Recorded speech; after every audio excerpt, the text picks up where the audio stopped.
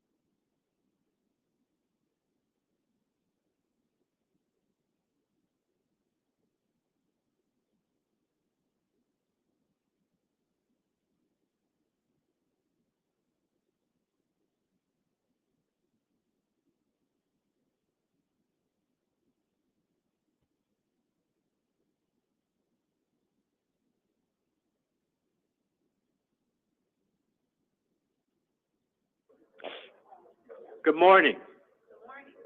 I'd like to call the December 13th, 2024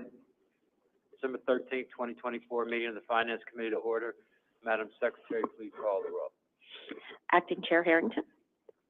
Present. Director Robinson. Present. Chair Ryder is absent. And for the record, those directors also attending. Director Green. Present. Thank you. You have a quorum. Thank you. And I didn't use it yet. So now we're officially in order.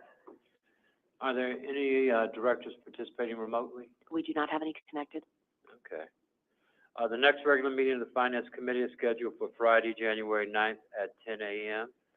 Has anyone registered to provide in-person or virtual oral testimony or submitted written testimony to be included in the record? We did not receive any registrations nor any written testimony. Thank you.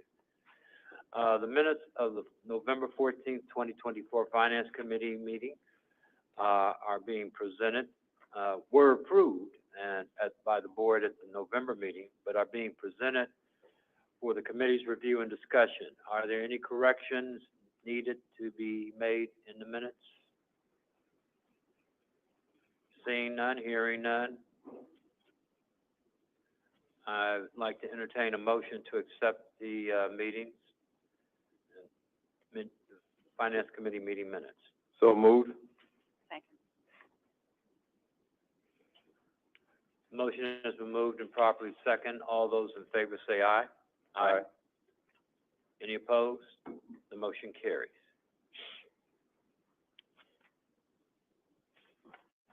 So I guess our next order of business are the action items listed under sections 3, 4, and 5, standing items indicating all sections containing potential action items.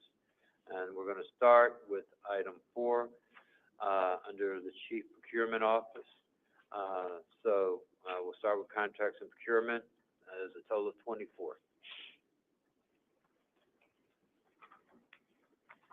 So I think Aaron's supposed to go. You're doing 1 and 2. Yeah, there's Aaron.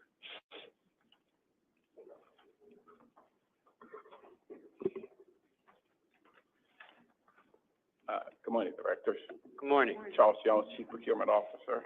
Good morning, Charles. Today before you, we have 24 items, 22 contract items and 2 expenditure items.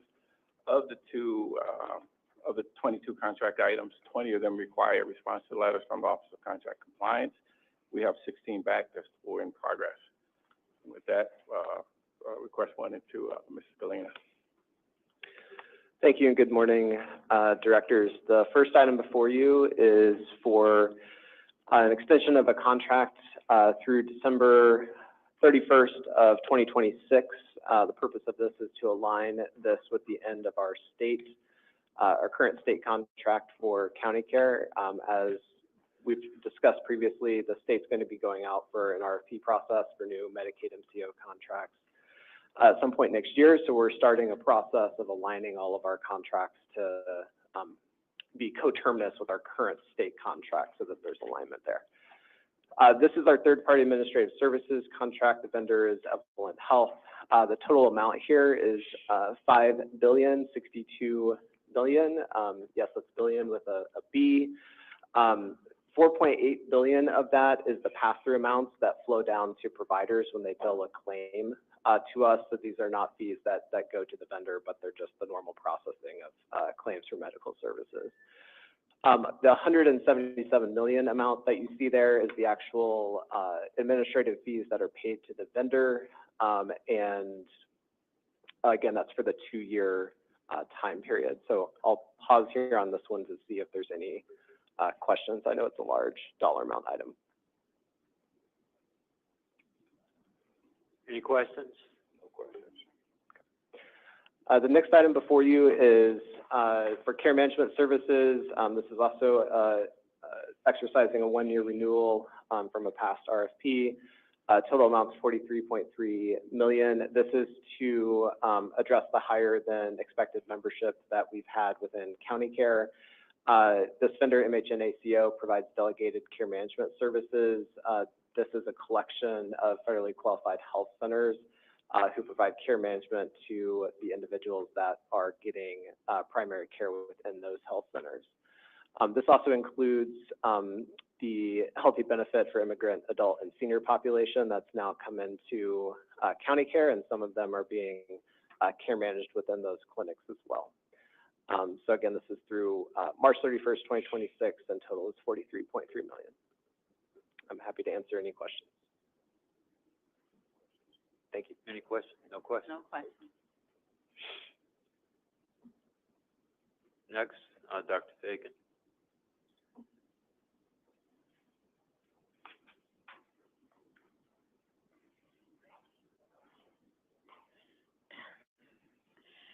Good morning, Directors. Claudia Good Feeney, morning. Chief Medical Officer for Cook County Health. The first contract I have for you is with Bausch and Lomb. We previously had a contract that was approved in January of 2019 for 36 months with 2 extensions. This is a new contract now for to go through 2027, and these are supplies used in ophthalmology, lenses, and other equipment for the eye clinic. No questions. No questions? The second contract is with Alcon, also an ophthalmology supplier. This was a contract that was also approved in 2019 with 36 months and 2 one-year extensions. This is a new contract beginning in the coming year, and this is to provide us ongoing supplies for the ophthalmology clinic and surgery. I have a question. It's not really relative to the cost, but could you briefly describe what we provide in terms of ophthalmology services? So we provide a full range of care for patients with retinal disease, from diabetics to patients with glaucoma. That's the large percentage of it. We also have a retina specialist who provides laser treatments for patients who have diabetic retinopathy, and we have a couple of glaucoma specialists. So we do lens extractions and replace those with artificial lenses. We will do vision testing and write prescriptions for glasses. Thank you. The next contract is for the O-arm surgical imaging system. This is used predominantly in neurosurgery. It is a navigation system. I would liken it to video games. It allows the surgeons to see in 3 dimensions exactly where they are and operating. So this is a new navigation system that we're purchasing with the software accompanying it, and it allows them to have better visualization and more precise localization of where they're working within the brain and the spinal column. And so it's taken a while to get this one across, but the surgeons have tried several systems. This is the one they prefer, and we're happy to finally get this purchased and installed. No questions. Thank you very much.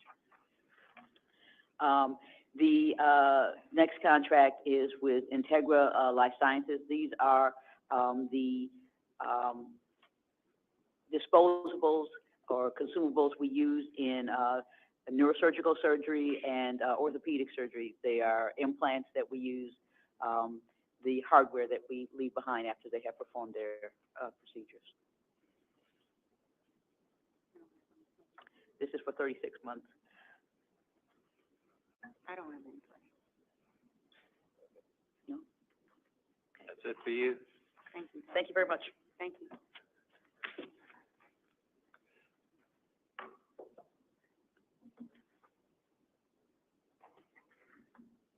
Good morning, Alex Normington, Interim Chief Communications and Marketing Officer.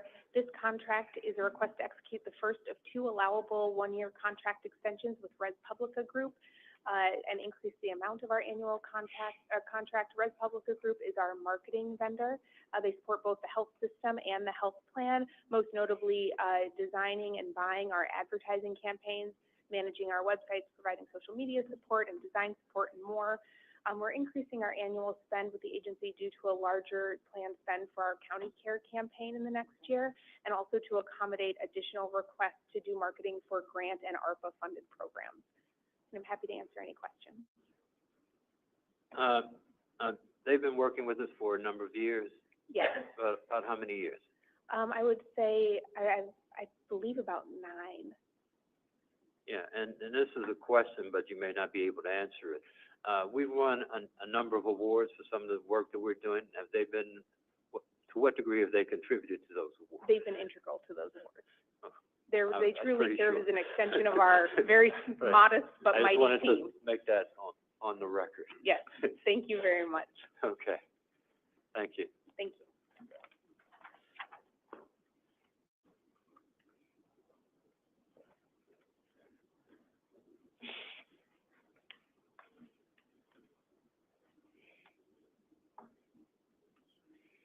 Good morning.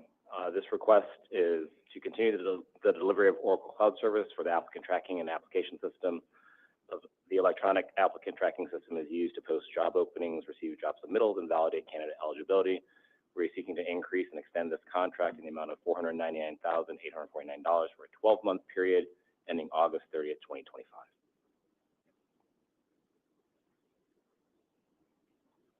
Welcome aboard again. Thank you.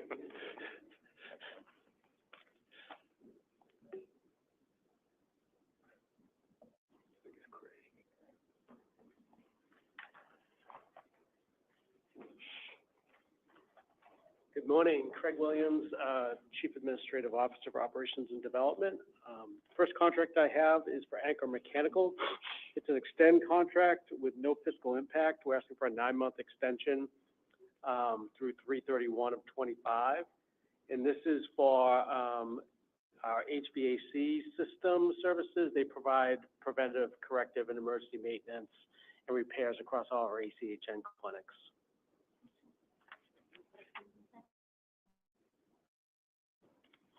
A Safe Haven Foundation is an extend contract with no fiscal impact, 12-month contract extension, 11/1/24 through 10/31/25, and we hope not to use this because it's for snow removal across all of our campuses. That would be nice. It would be nice.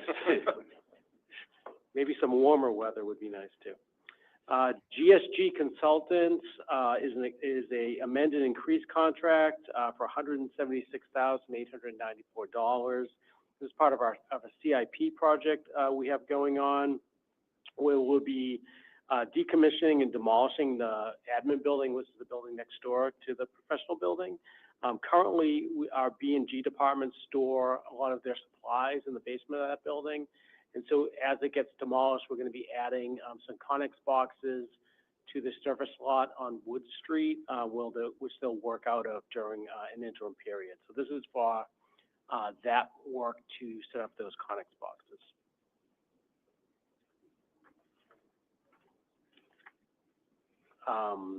Translogic Corporation is an extended increased contract for $1 million. It's a 12-month contract extension, 12/1/24 through 11/30/25.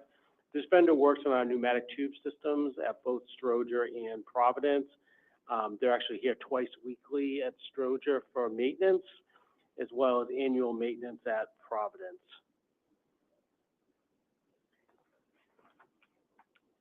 Chicago Lighthouse is an extended increased contract for $960,000. We're asking for a 12-month contract extension, 3/1/25 through 2/28/26. And Chicago Lighthouse provides overflow call answering to our patient contact center to help with scheduling, registration, and insurance verification. For those that don't know, could you briefly describe Chicago Lighthouse for the Blind? So they are a nonprofit that I believe works with disabled folks, and they provide them training, and they actually do an amazing job with this work for us. Thank you.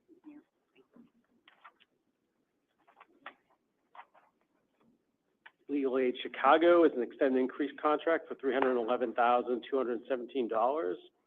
12-month contract, 1/1/25 to 12/31/25, and they provide legal services to our patients, including consultation, resolution, and they get referrals from our inpatient care coordination and health plan teams.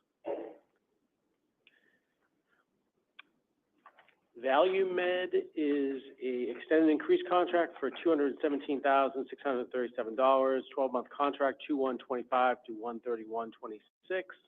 And this is for rental of ventilators for patients that need respiratory support. Vertiv Corporation is extended increased contract for $100,000, 12-month contract, 4/1/25 through 3/31/26. And they provide maintenance and emergency repair of our battery backup system for our data center. Desmond is an extended increased contract on only a $28,734 increase to a larger contract. It's a 12-month contract extension, 3/1/25 to 2/28/26. And this is part of a CIP project for our renovations of our parking garage. And this is actually focused on, replacing the sprinkler system throughout the garage. Eco Lighting Services and Technology, execute contract for $688,750. 36-month contract, 1/1/25 through 12/31/27. And this is for electrical contracting work throughout ACHN, including, as we install new outlets or IT, they do that work for us. And the last one I have is Cerebel, is an execute contract for $487,080. The 36-month contract, 1/1/25 to 12/31/27. They provide neurophysical devices related to our STAT EEG program for our neuro ED and trauma teams. Yeah, I do have a question for request number 14, the Legal Aid Chicago. Yes. And it says, legal services to remedy health harming needs. Could you give some examples of those?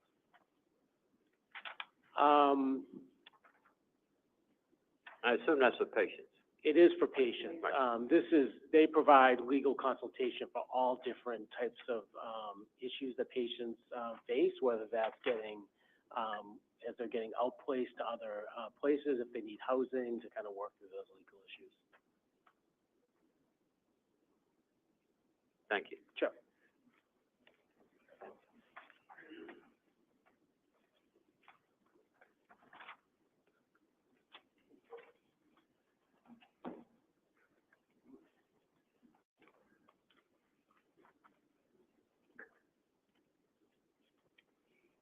Good morning, directors. Good morning. Dr. Austin Cathy, Chief Hospital Executive for Stroger.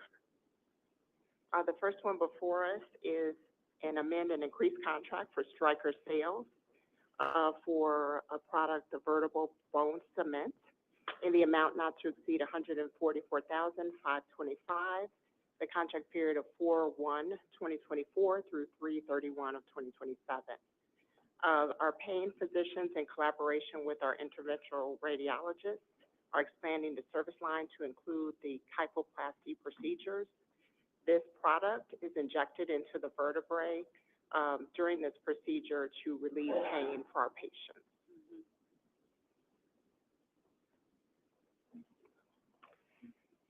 The second one is an extend and increase contract for Save RX, the mail order pharmacy call service, in the amount not to exceed $1 million. The revised contract period of 12/1/2024 through 11/30/2025.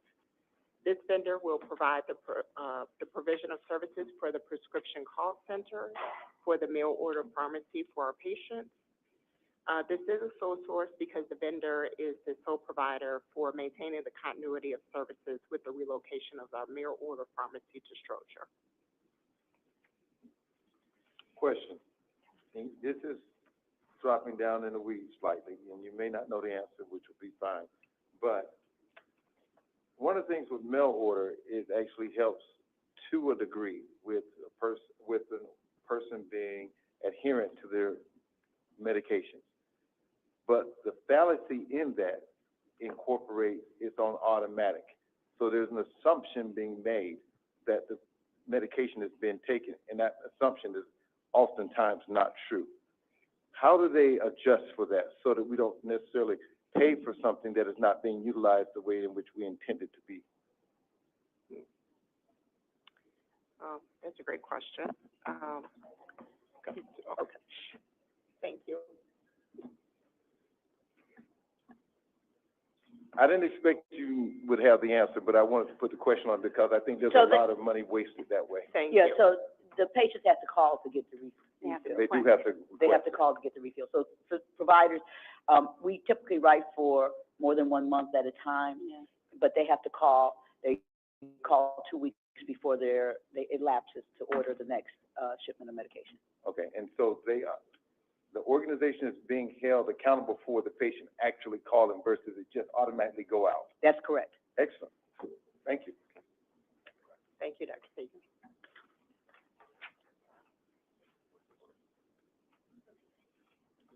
The next one before us is an extend and increase contract for lab metrics, the pharmacy staff intravenous sterile products quality assurance program, in the amount not to exceed $150,000. The revised contract period of 2/1/2025 through 1/30/2026. The vendor will continue to provide quality assurance services, training, and testing for our pharmacy staff in the IV sterile product techniques and validations.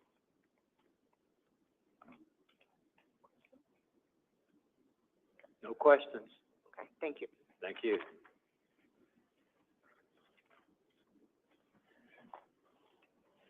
I'd like to entertain a motion to approve item 4A, contracts and procurement items containing request numbers 1 through 24, subject to completion of review by a contractor.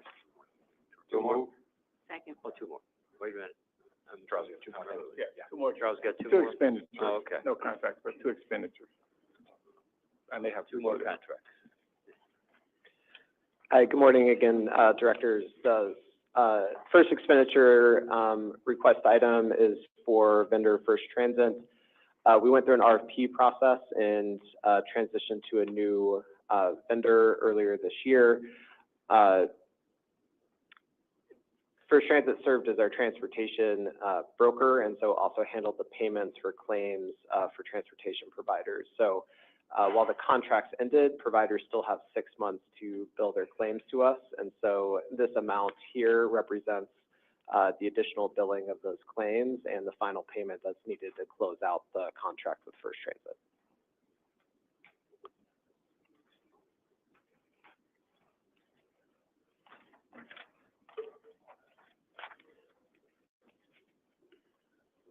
Morning, Directors. Tom Nutter, Chief Behavioral Health Officer for CCH.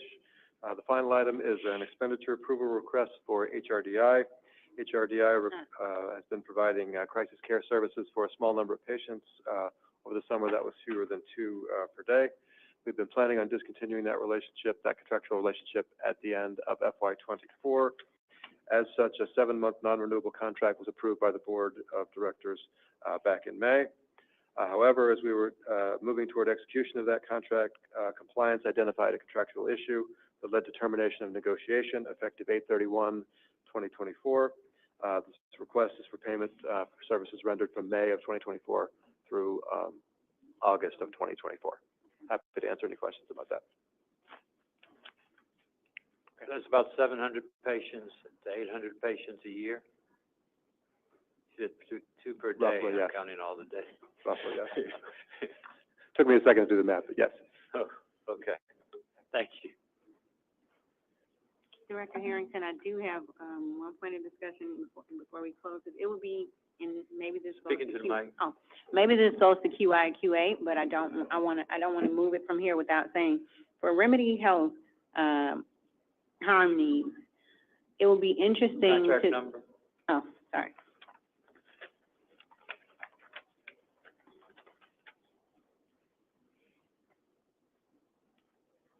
The little Bottom request right-hand number, bottom corner. right-hand side.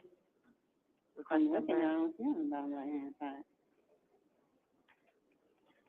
Request number 14, I thought I had, sorry, for that one, it'll be interesting to see the breakdown of, because there's a lot of services that were listed when I read it, like a lot of services that were listed. It'll be interesting to see the breakdown of each category of services. Let me go back to it. Housing, family law, immigration law, employment, public benefits, care coordination. It'll be interesting to see under each category what demographic of people we serve, because it says we're, from what I understand, it's generally open and it's executed. Is that upon request of the patient or determination of the team? So the sponsor is our care management team.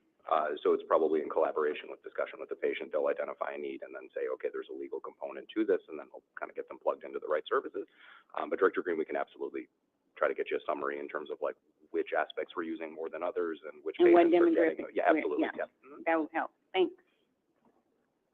Yeah, I agree. I think that would be helpful to know, and maybe we can anticipate moving forward, what the volume is gonna be, and what the nature of the problems that our patients are having legally.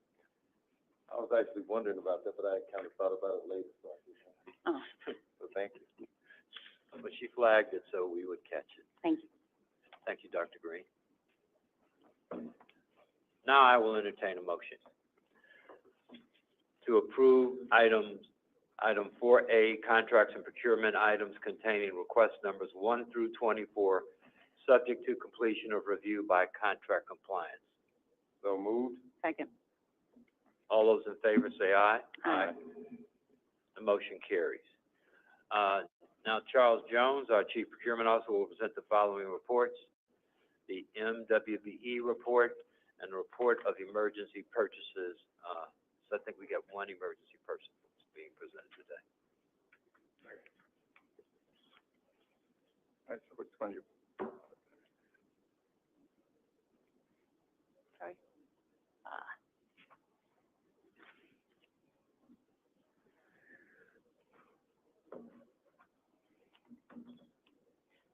Okay, that's fine. Yep. So, all right, so what you have before you is an emergency purchase issued on November 25th, for the vendor to provide modular cooler heater systems for the Department of Nursery and Surgery. This is, cardio-equipped modular cooler heater systems, that help assist us with our open heart surgery. The vendor was Innovative Medical Devices. It's a one-time capital purchase, not to exceed $132,000.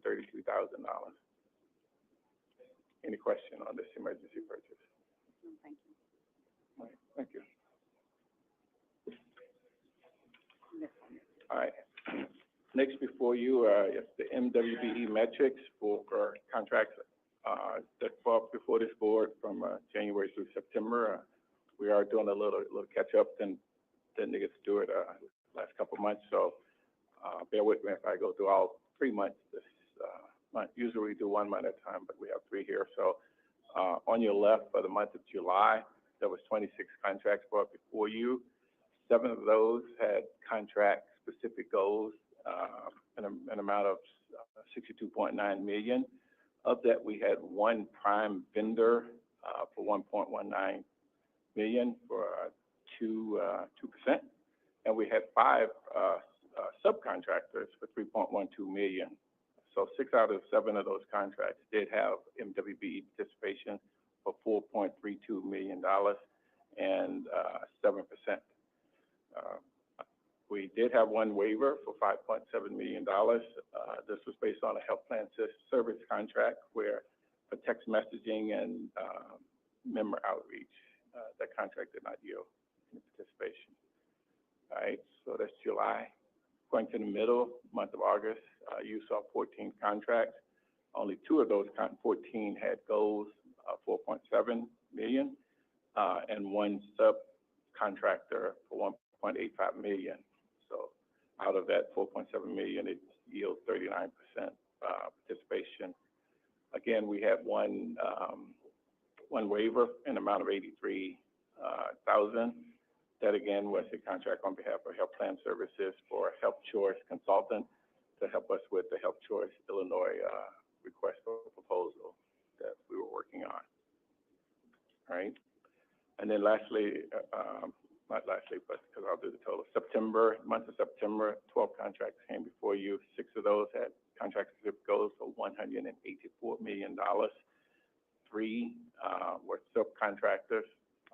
$54.162 million was awarded, 29% there. And also we had 3 full waivers as well. The clinical service agreement for $21.2 million received a full waiver.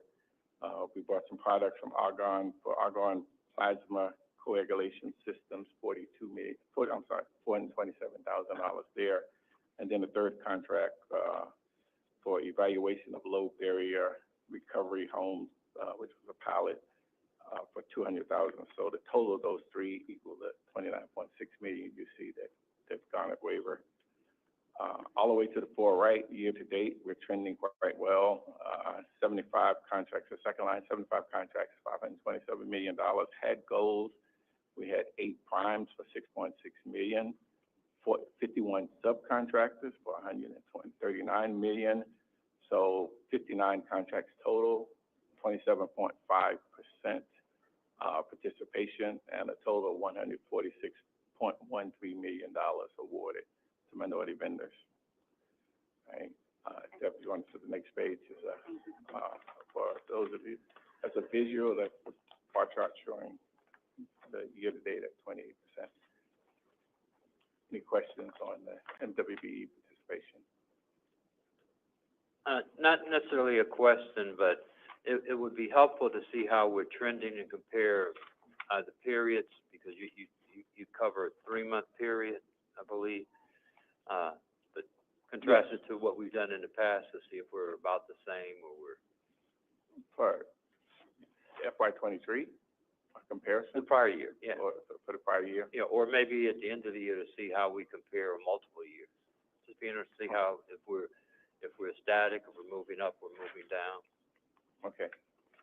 All right, we're looking into doing something like that as we go forward. We do have, at 1.2, once a year, the Office of Contract Compliance, who we work with, they will have the official report that they give to the Board of Commissioners first, and then they will come out and present that to our board as well.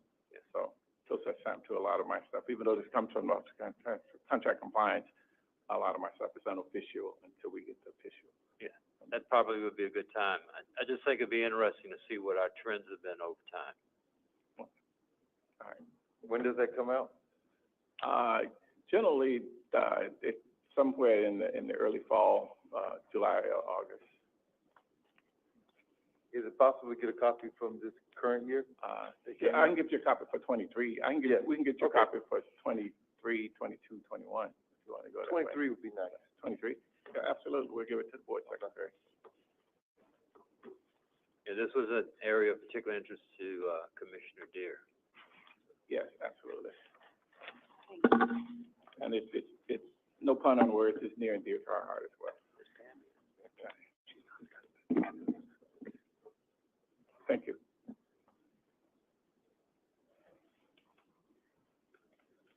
So I believe Scott Spencer is going to present now.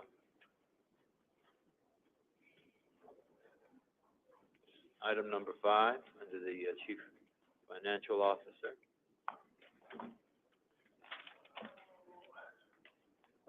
Thank you. Good morning, directors. Good morning. Scott Spencer, Associate CFO. I'm here to present the October financials, year-to-date financials. We'll start with the receive and file report.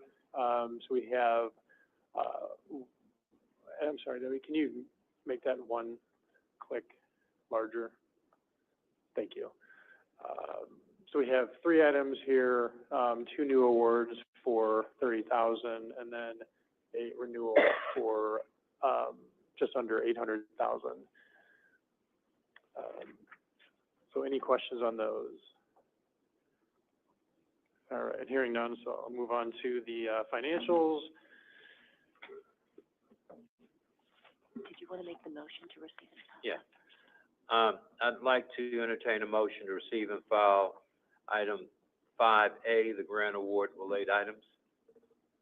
So moved. Second. All those in favor?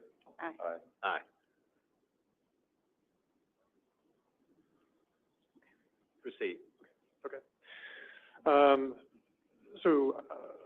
Year-to-date financials through October 31st. So still have good news to report. Net income of $17 million, favorable to budget on an accrual basis, and $180 million favorable on a cash basis. Net patient service revenue, net patient service revenue is unfavorable, so it did flip unfavorable this month due to decreases in collection rates associated with the Change Healthcare cyber attack, and we've seen some increases in charity care as redetermination is having its impact as well.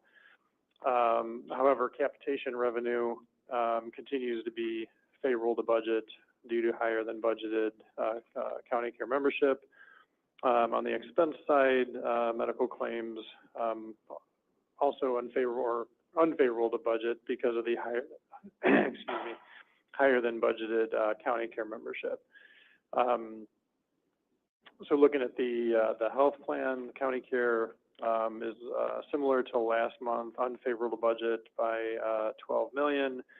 As you recall, there was a true up in the IBNR, the incurred but not received, reserves, recorded last month, which reflects, the high cost drugs. So it's included in the expense, but it's not baked into, the rates that the plan receives. So there is, some potential upside there, coming over the next couple of months. Membership remains over 417,000, just under 20%, better than budget. Next slide, please. I'm sorry, can you answer a question there? Mm-hmm. You said that I think you're referring to the medications are not baked into the rate. Yes. Can correct. you explain that to me? So I can give you the short answer, and Aaron certainly jump in with more detail. But as I understand it, the rates that the plan is getting, the state has not baked those higher cost drugs into those rates, so they're not reflected in the rates quite yet.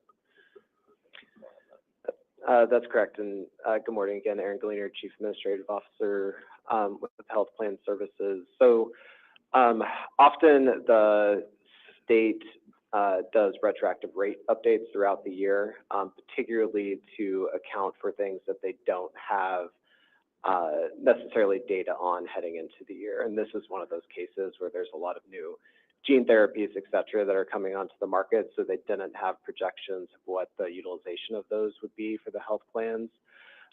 So we are expecting likely end of December or January, we should get our update of the 2024 rates, which will be retroactive, which will increase our revenue to account for at least some of this utilization that we're seeing in the high cost drugs. So hopefully that will be enough to offset that cost that we've been dealing with, but it depends on what the kind of average utilization is across all plans. So if our utilization is higher, we may not get an adjustment that's all the way gets us back, or vice versa. If our utilization is a little lower, we may get an adjustment that's beyond the cost that we're incurring so far.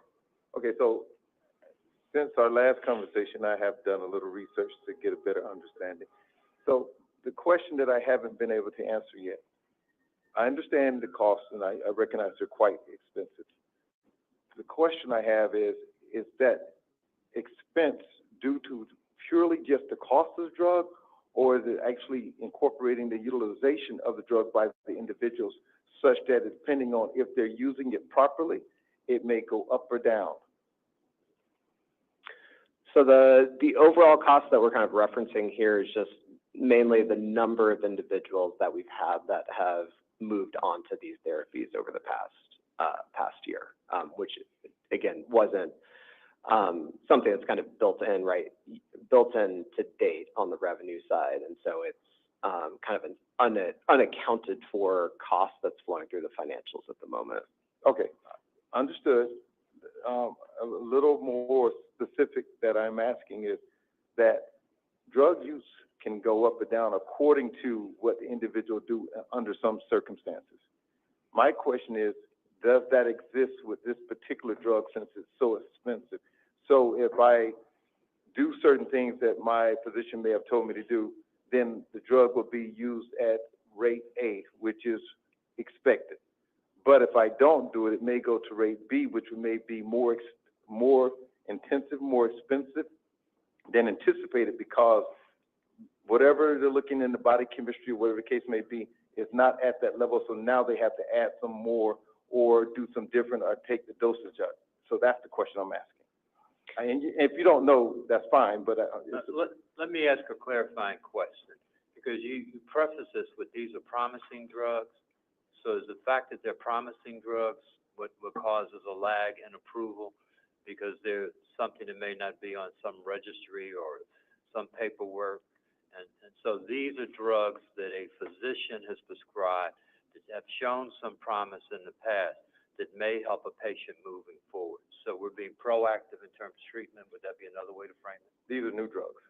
Newer drugs, and They Aaron, promising, so I assume they were new Yeah. drugs. yeah. And Aaron, I heard you say, you referenced gene therapy, right, which it's less of that's more kind of infusion focused, and it's less of is the patient staying compliant for the full 30 days, and are we refilling on that type of care? I'm sure there's some that are in that bucket, but it sounds like more of these are kind of, infusion driven, high cost, kind of newer drugs. Yeah, that's correct. And there's multiple drugs kind of in this broader category. So certainly there's different kind of criteria for the individual cases that's used. And in the case of gene therapies, they're obviously manufactured specifically for an individual patient. We have also tried to look at there's some other opportunities for ways to move to more value-based purchasing of some of these drugs as well, where some of the manufacturers, if you can get agreements with them directly, are willing to put the outcome, to take risk on the cost of the drug based on the outcome that the patient has as well. So we've also started to work towards some of those structures too. Which is great, which brings the next question, predictive modeling, because if you're going to do that value-based, you have to have a good hypothesis as to what the expectation should be to be able to take fully advantage of that. Any thoughts there? And it's fine if you don't have a thought. Yeah, I don't know that we've looked at predictive modeling specific to these cases beyond just the kind of medical criteria that's out there and been established for these. Okay. And certainly it's an interesting question for us to explore. Aaron, this is probably more a case of asking the pharmacy to kind of put some of their skin in the game in the sense of this is a new med. You're charging us a lot for it. Are we going to see the outcomes that you're promising, right? So it's not, I don't know that we're in a space yet where these newer things we can really try to predict. It's much more of a kind of a, you should put your own dollars at risk here because you're telling us it's going to work, right? So if it doesn't, we're the ones kind of laying out the cost here for paying for the med, and it's been ineffective, right? So asking the pharmacy to kind of come along for that risk. So are we saying the pharmacy, or are we talking about the pharmaceutical company? The company, yeah, the pharmaceutical company, yeah. That's interesting. We have success doing that. Sounds like we're just exploring now. Yeah, we've started down that path. Some of them are offering some of those situations, again, because they're manufactured specifically for an individual patient. There's, certain things that they're looking at to confirm that they think the therapy is going to be effective. And so once they've kind of done that process, confirm that they feel that they can manufacture the gene therapy, that it should work based on their criteria, that's what we're exploring with them, where in some cases they'll take risk based on that outcome for the patient. So then the next question would be, if we have that expectation to utilize this expensive drug, then we're seeing the results on the back end, which then we should be lowering the cost over cost. And again, this is the finance committee, so I'm not being without any empathy toward the medical side, but I'm asking the financial side because this is that committee. I just want to make that be a part of the record. I'm not without any feelings. I get it, and I understand it's to help the person, but I'm asking the financial question. Yeah, so it is a financial question, but when you talk about benefit, is it a benefit to the patient, or is it the benefit that we get in terms of spending the money? So Because this is a financial committee, I'm asking about the finances. Right. And that's, again, for the record, it's not saying that I don't care, because I do, but that's not the question that I'm supposed to be asking here. Yeah, certainly in many cases, we're going to expect that with the improvement that the patient gets based on their outcomes, that it's going to lower future costs. That said, depending on the condition, and certainly I'm not a medical doctor, so I'll curtail some of my comments here, but definitely based on some of the conditions, like there's going to be ongoing cost and treatment that's needed for some individuals. So it just depends a little bit on the specific situation and therapy that we're talking about. But generally speaking, we would expect after the course of treatment that we're going to see some reduction in their ongoing costs in the future.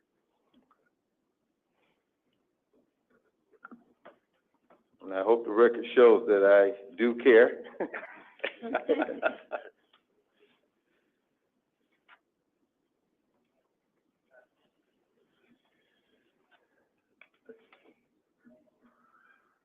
All right, so, as we get, next slide, maybe, please. Sorry about that. So just taking a closer peek here at the income statement, starting at the top here, see the unfavorable variance on the NPSR line of 52 million. However, dropping down to the capitation favorability, on the revenue line, and the total variance on the revenue of 657 million. So as we look closer at the expense side, salaries and benefits continue to be favorable to budget due to the unfilled positions. Supplies and pharmaceuticals are unfavorable to budget. And a couple things there. We've had, some pharmaceuticals that have been kicked out of the 340B program. So we've had to purchase those pharmaceuticals at the wholesale price, which is higher price, of course. However, we've seen some favorability on the revenue side coming through pharmacy, and that's going to drive some more costs as well. And then, of course, the medical claims unfavorable to budget due to the higher than budgeted county care membership. So next slide, please. I'm sorry, I want to stay here for a second. Mm-hmm.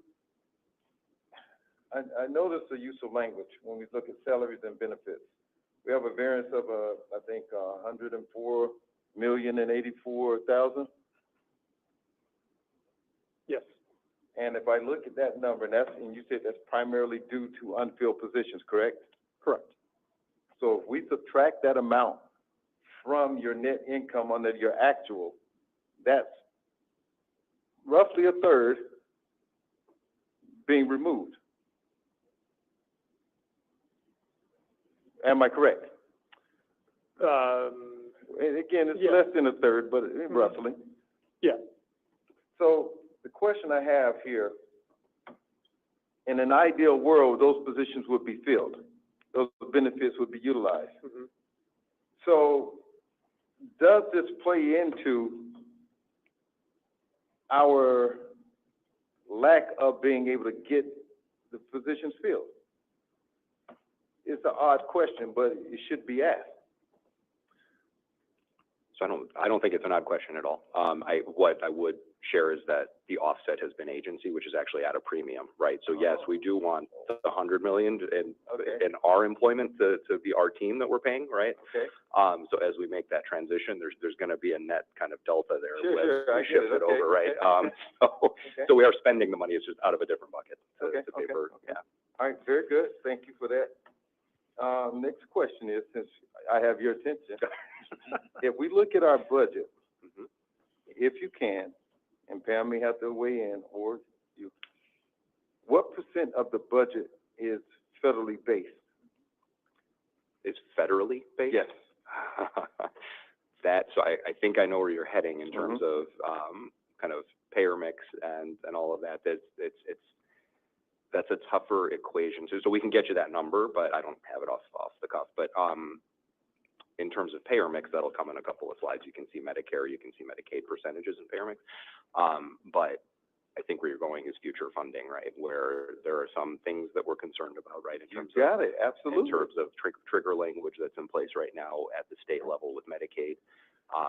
There's a federal match, as I'm sure you know, right? It's to fund Medicaid, and if it drops under 90% right now, there's language in the legislation that would collapse any ACA expansion, which would be a big hit to Medicaid. So it's an area of great concern. It actually came up at the president's legislative breakfast last week. So it's been a thing that everybody's talking about and hyper focused on.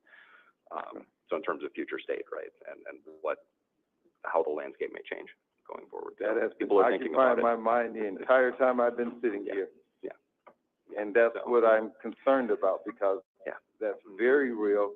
And I look at what we're doing, and which is the reason why I asked some of the questions, because historically, the incoming administration has been more favorable toward those who can show the reductions Mm-hmm. and show that cost, again, historically. And that's not to say that the current incoming will utilize that type of logic. Sure. But being able to present that picture, I think would be advantageous to our capability of securing funding. But I don't know if we have set up those things in place to do it. It may require a lot of analytical work to demonstrate that. Yeah, it would at current state. What I will say is, you know, we, the leadership team, have really kind of thought through, we're starting to have these conversations of how, if a certain thing happens, how do we pivot? How do we kind of, you know, be ready for whatever eventuality might happen in the coming months? You know, insofar as, you know, shifting in ARPA, if there were a change there or some, you know, kind of regulation changes in terms of how we use it, right? So just kind of thinking through all the possibilities and trying to be ready for really any kind of scenario. So the team, we're talking through that now in terms of what we might be able to do. Right. Now, your approach is there. I'm stepping before that. I'm becoming preemptive. Mm-hmm, mm-hmm. Because I think if we can arm whoever is doing that legislative lobbying, if you will, with those type of numbers, we may find that we could put ourselves in a better position, but we have to get that information. And that information is crucial to demonstrate it, because there's going to be someone who's just like Charles. Did I get the wrong name? Scott? Scott, Yeah. sorry. Sorry.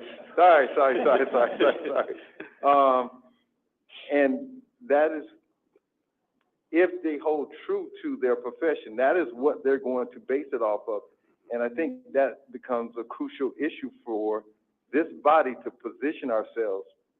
And that should be maybe more than a serious thought, but some serious action to put those pieces in place. Yeah, what I'm hearing from Dr. Makaitis is we are aware of the situation. I don't think anybody can predict the future with any certainty. But good news is that we're looking into it, and at some point, hopefully, you can come back to this body and actually present what your plans are and what the options are moving forward. I think that's what we want to know. Well, I heard that from him, but what I did not hear was the part I said, which is about the preemptive move. And I'm just simply trying to raise the question. So if no one has thought about it from that perspective, my obligation is to provoke you to think. Sure. And that's simply what I'm doing. No, appreciate it, yeah, thank you. And I'm assuming they're talking about it, so hopefully they come back to us with a plan that shows that they've really studied it and are going to move us forward to the degree they can. So hopefully that'll happen, and maybe at some point you can give us an idea when that might happen. Because again, we can't predict the future, but we do know there's a change in administration and things won't be the same at a federal level. And things won't be the same as they've been in the past. We can't predict the future, but there's something called gaming, where Well, you can pretty much set up every scenario that can occur. We anticipate that there's going to be some disruption relative to the change in administration, and we have to be as prepared for it as possible. And I know you haven't finished with your report. I'm sorry, Scott, but that's just bothered me from 8 o'clock until now.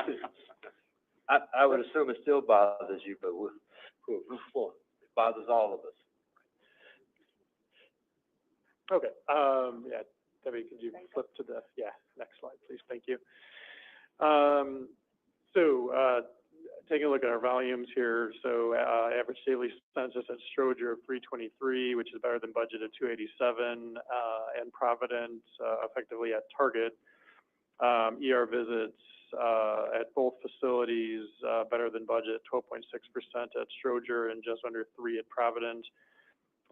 Surgeries, 4.1% favorable to budget at Stroger, and about 5.3% unfavorable at Providence, which is about half a case per day. But just as a reminder, we had a couple of providers that we had budgeted to start at the beginning of the fiscal year that started around the September-October timeframe. On the ACHN side of things, we've got primary care and specialty care, both favorable to budget, and county care average membership, about 64,000 members better than budget, so roughly just under 18%. So the next slide shows the same information graphically here. You can overall showing the volumes trending in the right direction, fairly steady over the last few years, but and some increases.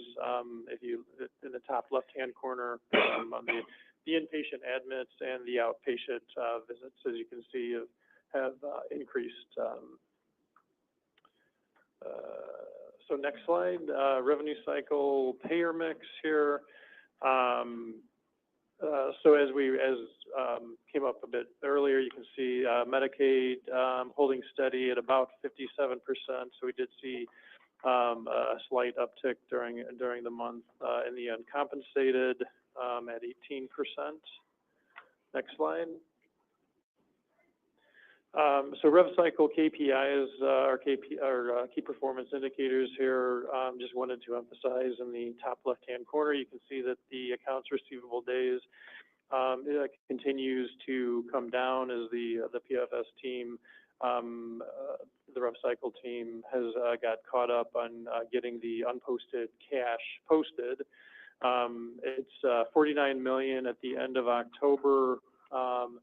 It's at the end of November, however, it was $9 million, and then a few days after that, it was around $4.5 million. So the PFS team has, done a tremendous job in getting all of those dollars posted to those accounts.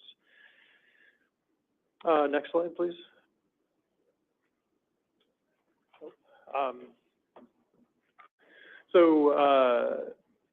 If you take a look at the top, the net final denials, just wanted to point out the last few months, the denials did start to reach levels above the target, but you can see in October that that has come back down to what we would expect to be more normal levels. So, which means that the team has, the PFS team has, had more time to commit to getting those denials worked and those claims back out the door, so we can get paid. And also just wanted to bring some attention. You can see the quarterly government billing denials continue to show a good trajectory. Next slide. So charitable and public program expenditures, projecting $484 million, so about $70 million over what we had budgeted, most of which is on that top line, the traditional charity care. Again, due to redetermination impact and the freezing of the HBIA and HBIS programs about a year and a half ago, we've seen more of those, more patients falling into that category. Question. Yes. Those numbers you do, if we look at, we don't have to go back to it, but on slide 6, where you show the Medicaid, you show the different plans. Yeah. And so on the Medicaid, we see from 2023 to 2024, we got about a 4.9% decrease. 61.4 minus 6.5, you get to that 4.9. Uncompensated, we saw it goes up about 5%, 18.1 minus 13.1. Now those numbers are extremely close. Do we know, and that's why this slide is important, is it because the people have become, they're no longer qualified, or did they just lose it? Net result is they don't have insurance anymore. Mm-hmm. But the reason why is the question I'm asking. I think it's a combination of a couple of factors. I think it's that and programs like the HBIA and the HBIS programs a year and a half ago, that so the immigrant adults and the immigrant seniors those programs frozen at the state level, which moved those patients into this category. So I think it's a combination of factors. Because I know previously I asked, when they come into the hospital, the ER, wherever you may encounter them, if we have a program set up to try to reintroduce them to healthcare. And I think the answer was yes, we do that. Okay, thanks. I'm just searching to understand the numbers. Yeah, no, certainly. Yeah, and just as a follow-up from the other day, you had asked a question about, you know, On the the commercial. increase on the commercial, Mhm. yeah. And so, just having, some discussions with the team on that, and most of that is, as opposed to a strategy to increase, the commercial activity, it's more an impact of the billing activities. So, there's enrollment or eligibility tools that the PFS team uses to find out if a patient does actually have insurance, be it Medicaid or a commercial product or anything that we can use to move that patient out of that uncompensated bucket. Okay, very good. That's an unexpected answer, but great answer.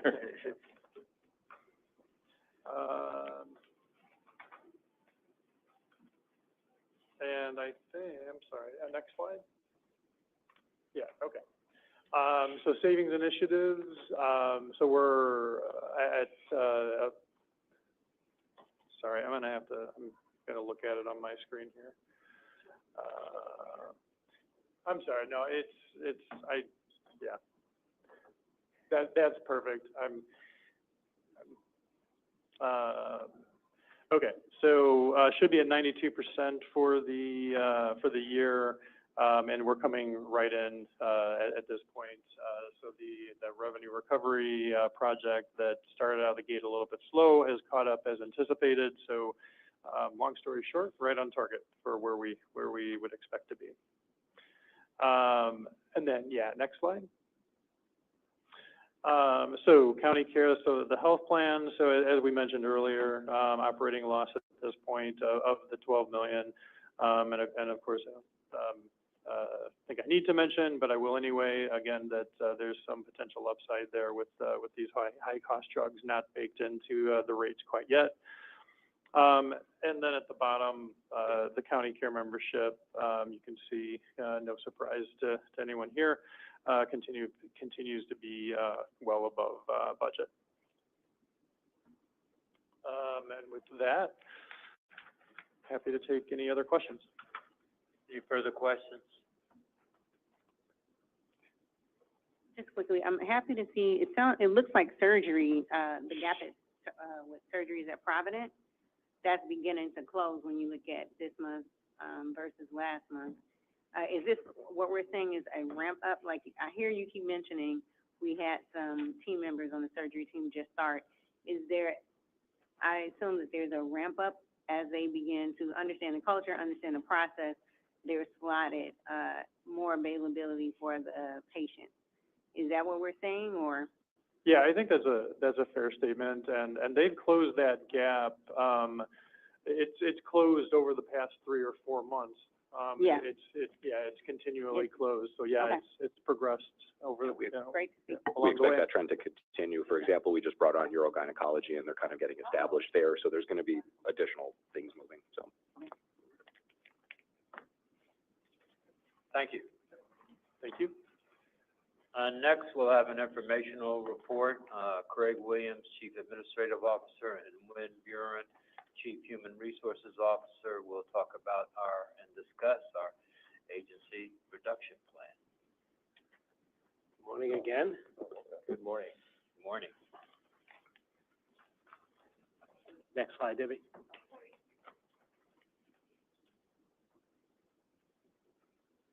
Okay. Good morning. So here's an overview of the FY 2024 core metrics for Cook County Health and Human Resources Department. There have been 1,190 people who have accepted offers at Cook County. This includes internal candidates, promotions and transfers, and external candidates. From the 1,190 accepted offers, there have been 791 external new hires that have join Cook County Health. As HR continues to drive towards improving hiring velocity through process optimization and technology solutions, we continue to see positive outcomes in net hires. This fiscal year 2024, the organization has seen 463 separations and 791 external new hires, resulting in an overall net gain of 328 total employees at Cook County Health. Last year, this time, ending November 30th, 2023, the organization experienced 562 separations and 853 external hires, resulting in an overall net gain of 291. Post-COVID pandemic, Cook County Health separations continue to trend down in alignment with increased net hires of 12.7%.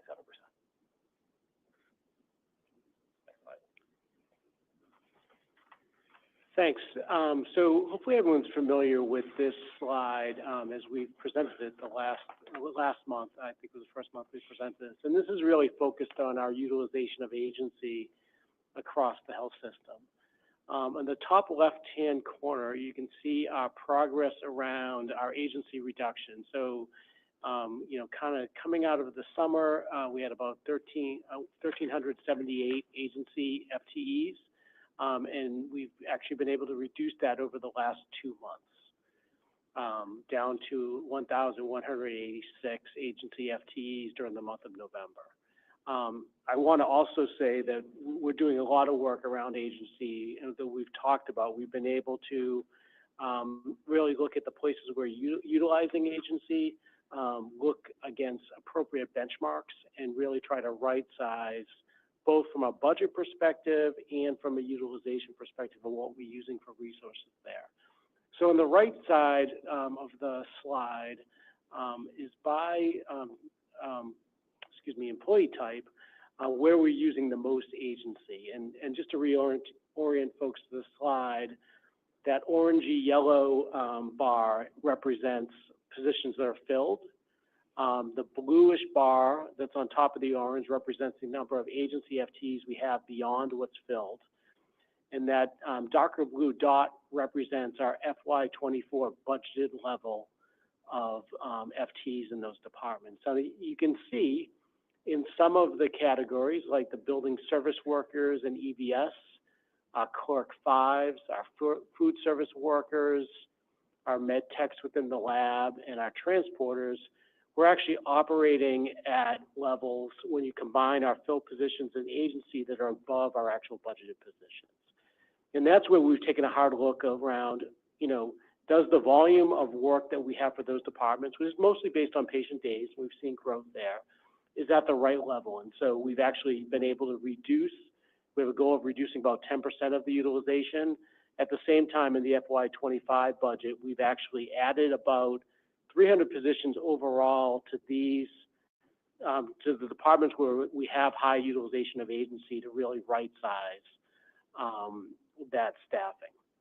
And what we'll be doing, and this kicking off now, is an agency conversion process. So I think you can go to the next slide, Debbie.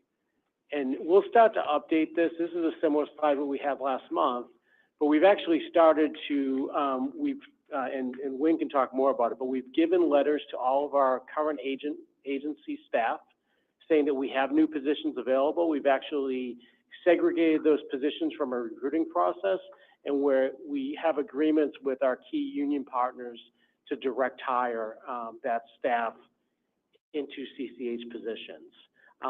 What I would say is we've had a really good response so far. We're about 2 weeks? About 2 weeks. We started making offers this week as well. Yeah, and we've had a really good response, and we'll be really excited next month to give you some specific numbers about the number of agency staff that we've been able to onboard to CCH positions. And, we expect, even just the 250 to 300 positions that we've added to the budget, that represents about a $13 million reduction in agency spend. So we think we're really going to make some tremendous progress on this work over the coming months. Question. Is there a reason why we didn't include the professional staff on here as well? There's not, so the professional staff would do, so the biggest issue with the professional staff, we're not utilizing, to my knowledge, we're not utilizing staff over our current budgeted amount. I think the biggest concern around some of these other unions like SEIU and AFSCME were really that we were using more agency staff than we actually had budgeted, and it wasn't as big an issue on the professional side. You're talking about positions? Physicians, nurses, So the nursing wasn't part of this effort. So the NNOC contract wasn't part of this focus.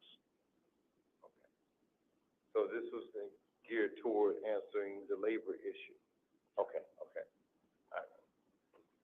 I was looking at it from the standpoint of budget issue, Sure. which both are important, no argument. Yeah, and I think the other thing I would just add to that is that, many of the places that we're utilizing agency, especially on this sheet, are people that we're recruiting, the agency companies are recruiting from our own backyard, and we could hire ourselves in many cases.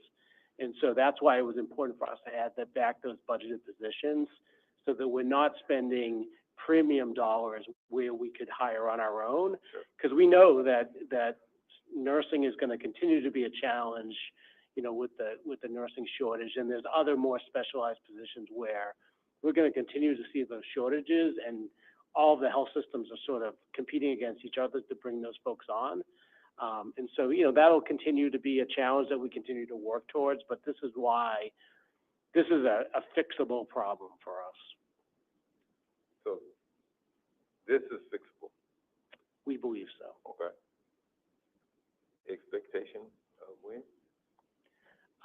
We are very focused on this kind of next 2 to 3 months of resolving some of this a vast majority of the vacancy, as well as onboarding the positions that we added to the budget. There's a lot of nuances around this. Some is very straightforward. I would say the food service workers, the building service workers, the transfers are very straightforward process. Others will be more nuanced around potential job title changes and or salary adjustments through the work of HR. Okay. Thanks. Sure. I have a question.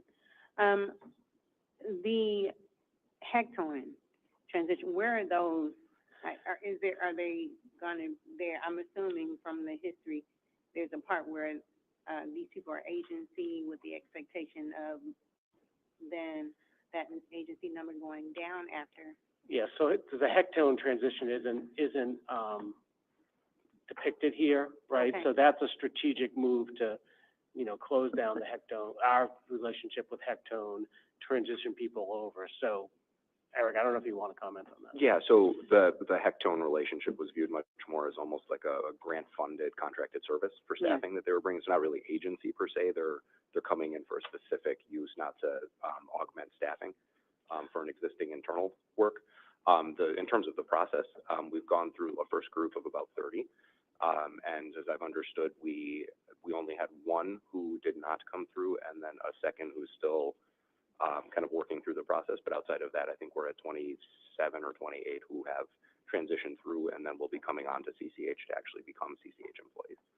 Okay, so those 27 people, they are not agency right now, or what? So right now we have them coming through medics, which is so that's kind of a staffing. But again, right, it's similar to Hectone, right, where they were providing the staff for us, right? But Okay. and the plan now in the coming month or two is to bring them onto the CCH budget, right, where we have to create the positions, right, through the grant funding process for PIDs, for position ID spots, right? So as we can open those, then they can transition into CCH. Thank you. Thank you. Yeah, I have a question. These new employees we're bringing in, they'll become part of the union, so the union's going to grow, and they should be excited about that. Thank you. Thank you. There's no further business. Our agenda is exhausted. The meeting is adjourned.